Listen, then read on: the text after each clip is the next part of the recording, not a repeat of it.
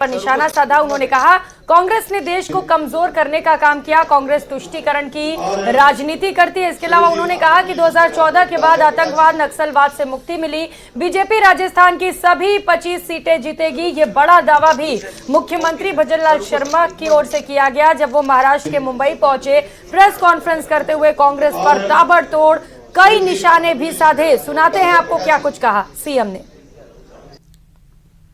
कि 2014 से पहले देश में भ्रष्टाचार की नई नई इबादतें लिखी जा रही थी। पृथ्वी पर भी घोटाले, पाताल में भी घोटाले और आसमान में भी घोटाले। कहां तक कांग्रेस पहुंच गई? भ्रष्टाचार तो करती है, लेकिन जातिवाद, क्षेत्रवाद, प्रांतवाद और अब सब तो वो रंगभेद की नीति पर भी आ गई। पूरा देश एक ओर जहां मदर्स डे मना रहा है, वहीं अलवर के महिला तो शिशु अस्पताल में एक कलयुगी मां अपनी जिगर के अंश नवजात बेटी को पालना गृह में लावारिस छोड़कर फरार हो गई। महिला ने 15 दिन की नवजात बच्ची को जालना अस्पताल के पालना गृह में छोड़ दिया और वहां से फरार हो गई। इसकी सूचना अस्पताल प्रशासन को लगते ही वहां पर हड़कंप मच गया।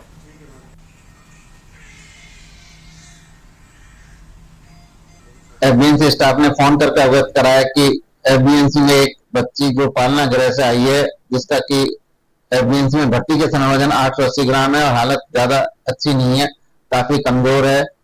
मुझे सूचना दूरभाष पे दी गई।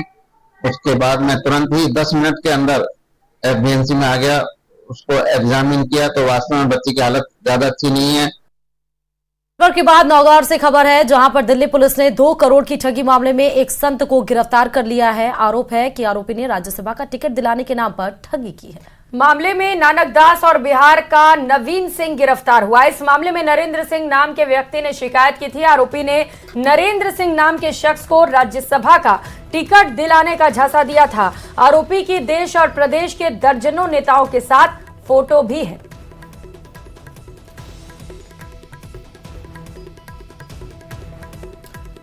तो 2 करोड़ की ठगी के मामले में गिरफ्तार किया गया है। नानक दास ने विधानसभा में टिकट देने के मामले में ये झांसा देकर 2 करोड़ की ठगी करवाई गई और उस मामले में अब संत अरेस्ट कर लिया गया। यही वो संत है जिसकी तस्वीर आपको दिखा रहा है।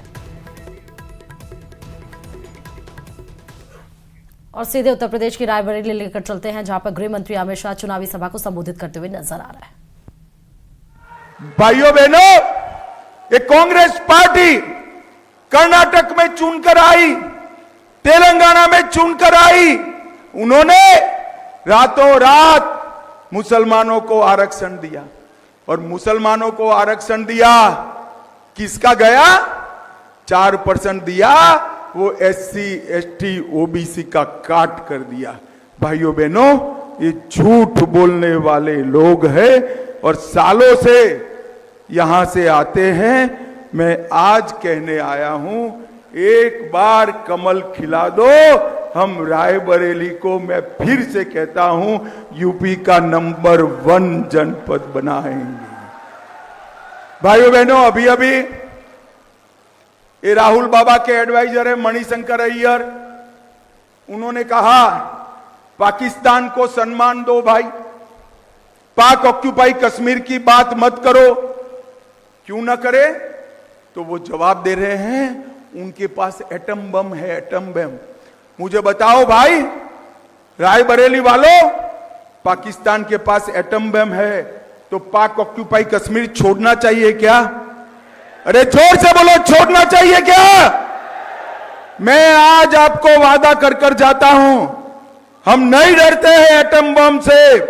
पाक ऑक्यूपाई कश्मीर भारत का है और भारत से इसको कोई छीन नहीं सकता। ये फारूक अब्दुल्ला हमें डराते, ये मणिशंकर अय्यर डराते और राहुल बाबा चुपचाप मजा देखते। राहुल बाबा, रायबरेली की जनता के सामने पाक ऑक्यूपाई कश्मीर पर आपका स्टैंड तय करो। हमें तो नाज है कि पाक ऑक्यूपाई कश्मीर हमारा है और भारत का दावा इस पर हमारा हमेशा बना रहेगा। भाइयों बहनों, उत्तर प्रदेश में मोदी जी ने विकास की एक गंगा बहाई। Purvanchal express, Bundelkhand express, Gorakhpur express, Ballia express, Ganga express, लगभग 14 एक्सप्रेस वे बनाकर उत्तर प्रदेश का विकास किया। 7000 किलोमीटर एक्सप्रेस नेशनल हाईवे छोड़े थे, हम 12000 किलोमीटर पर ले गए। हवाई अड्डे 2 छोड़कर गए थे, हमने 9 बना दिए और 12 बन रहे हैं। और जेवर में एशिया का सबसे बड़ा हवाई अड्डा उत्तर प्रदेश में बन रहा है। 2 ही शहरों में मेट्रो थी, आज 5 में है। मेडिकल कॉलेज 12 थी, आज 68 है और 22 नई बन रही है। 2 एम्स बने गोरखपुर और रायबरेली में। 30 नहर योजनाओं से 50 लाख किसानों की 23 लाख हेक्टेयर भूमि को सिंचित किया। डिफेंस कॉरिडोर बना। मोबाइल मैन्युफैक्चरिंग देश का 60% यूपी में हो रहा है। मेडिकल डिवाइस पार्क बना, फिल्म सिटी बनी, टॉय पार्क बना, हैंडीक्राफ्ट पार्क बना और लॉजिस्टिक हब भी बना। ग्रेटर नोएडा में IIT आया, बरेली में मेगा फूड पार्क आया, उन्नाव में ट्रांस गंगा सिटी बना, गोरखपुर में प्लास्टिक पार्क बना। मगर यहां घुसने ही नहीं देते हैं। यहां के विकास के ताले की चाबी दिनेश प्रताप है। इसको एक बार ताला खोल दो, हम ये सारे विकास के काम रायबरेली में भी करेंगे।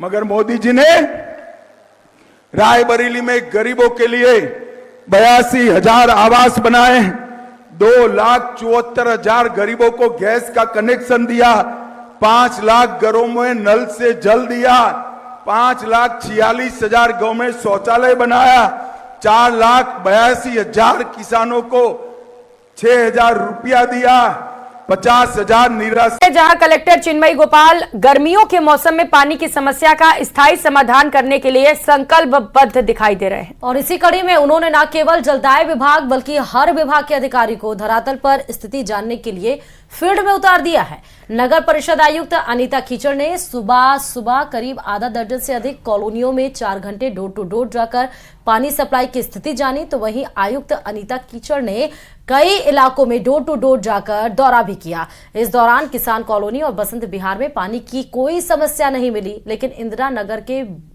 B और C ब्लॉक में कम प्रेशर से पानी सप्लाई होने की शिकायत जरूर सामने आई। इसके अलावा मणि विहार के लोग सर्वाधिक पानी की समस्या से जूझते हुए भी दिखाई दिए। पानी की समस्या के समाधान को लेकर निर्देशित भी किया गया।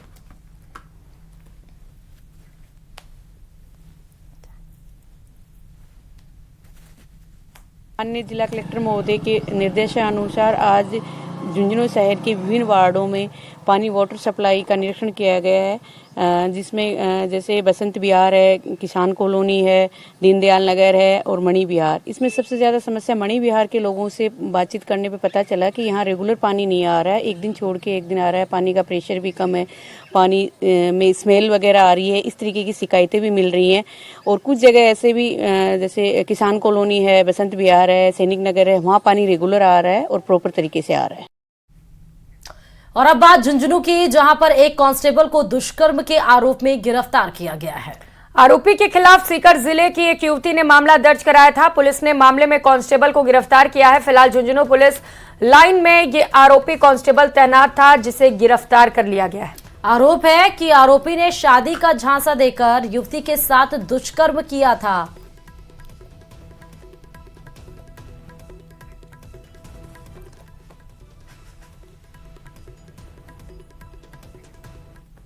तो वहीं अलवर नगर निगम कार्यालय के मुख्य गेट पर सफाई कर्मियों ने बकाया वेतन भुगतान की मांग को लेकर जमकर प्रदर्शन किया। इस दौरान तकरीबन 50 से अधिक सफाई कर्मचारियों ने नगर निगम और ठेकेदार के खिलाफ नारे भी लगाए। विरोध प्रदर्शन कर रहे सफाई कर्मियों का कहना है कि कई दिन बीतने के बाद उनके वेतन का भुगतान नहीं किया जा सका है, जिससे उनके सामने आर्थिक संकट खड़ा हो गया। वहीं ठेकेदार धीरज जैन हर बार जल्द वेतन देने की बात कहकर टाल देता है। आक्रोशित कर्मचारियों ने चेतावनी देते हुए कहा कि जब तक उनका बकाया वेतन नहीं मिल जाता तब तक वो हड़ताल कर कार्य बहिष्कार करेंगे।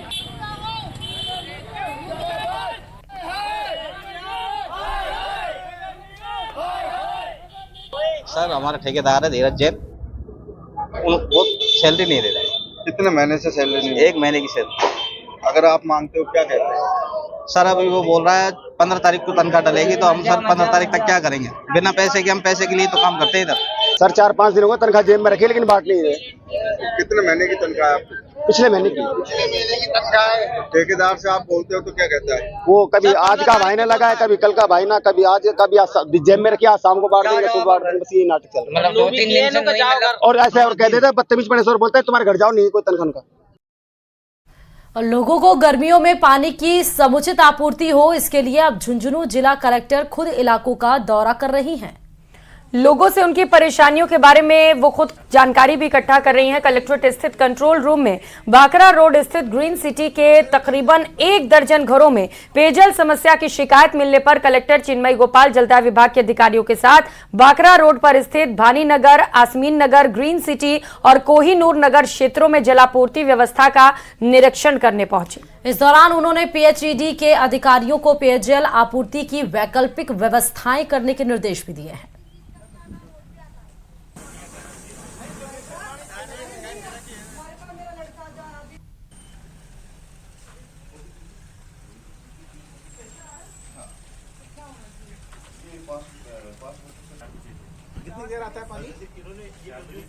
और प्रदेश में श्रद्धालुओं के लिए गुड न्यूज है। आईआरसीटीसी श्रद्धालुओं को धार्मिक स्थलों के दर्शन करने के लिए भारत गौरव स्पेशल ट्रेन चलाने जा रहा है। इसके तहत द्वारिका, सोमनाथ, त्र्यंबकेश्वर, भीमाशंकर, घृणेश्वर, महाकालेश्वर, ओमकारेश्वर ज्योतिर्लिंग दर्शन कराए जाएंगे और इस टूर की शुरुआत जयपुर से होगी। 7 ज्योतिर्लिंगों के दर्शन कराने के लिए भारत गौरव टूरिस्ट ट्रेन 1 जून को जयपुर से खुलेगी और इस यात्रा की जो समय अवधि है वो 11 दिन की है।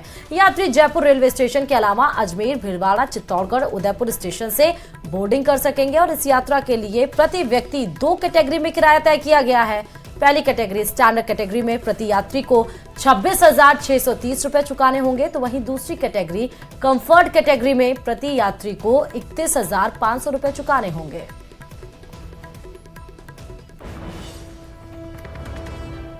आईआरसीटीसी गर्मी की छुट्टियों में भारत गौरव यात्रा लेकर आया है। यह यात्रा इस बार 7 ज्योतिर्लिंग को समर्पित है। मध्य प्रदेश, गुजरात और महाराष्ट्र के 7 ज्योतिर्लिंग को यह यात्रा कवर करेगी। चलिए खबरों में आगे बढ़ते हुए बताते चले कि केकड़ी के ग्राम पंचायत सुनारिया द्वारा राजकीय उच्च माध्यमिक विद्यालय पिपरोली में बनाया गया शौचालय उद्घाटन से पहले ही क्षतिग्रस्त हो गया और गिरने के कागार पर है। तो ग्रामीण बेहद आक्रोशित हैं। ये हाल देखिए, जल्द मरम्मत की मांग की जा रही है। ग्रामीणों ने आरोप लगाया कि स्कूल में 3 लाख रुपए की लागत से शौचालय का निर्माण कराया गया, लेकिन इसमें कार्यदायी संस्थान ने घटिया निर्माण सामग्री का उपयोग किया। इसके चलते उद्घाटन से पहले ही शौचालय क्षतिग्रस्त हो गया।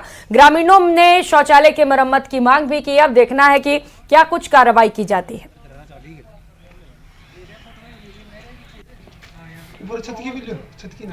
और पद्मश्री अवार्ड से अलंकृत अली गनी बंधुओं का बीकानेर पहुंचने पर नागरिक अभिनंदन किया गया। महापौर सुशीला कंवर राजपुरोहित के निवास स्थान पर आयोजित नागरिक अभिनंदन समारोह में विधायक जेठानंद व्यास, महापौर सुशीला कंवर सहित गणमान्य लोगों ने इस जोड़ी का स्वागत सम्मान किया है। इस मौके पर उन्होंने कहा कि हम मांड गायन को ऊंचाइयों तक ले जाने के अवश्य प्रयास करेंगे। इसके लिए हमें मांड यात्रा निकालेंगे जो गांव-गांव, ठाड़ी-ठाड़ी जाएगी ताकि इसके बारे में लोगों को अवगत कराया जा सके।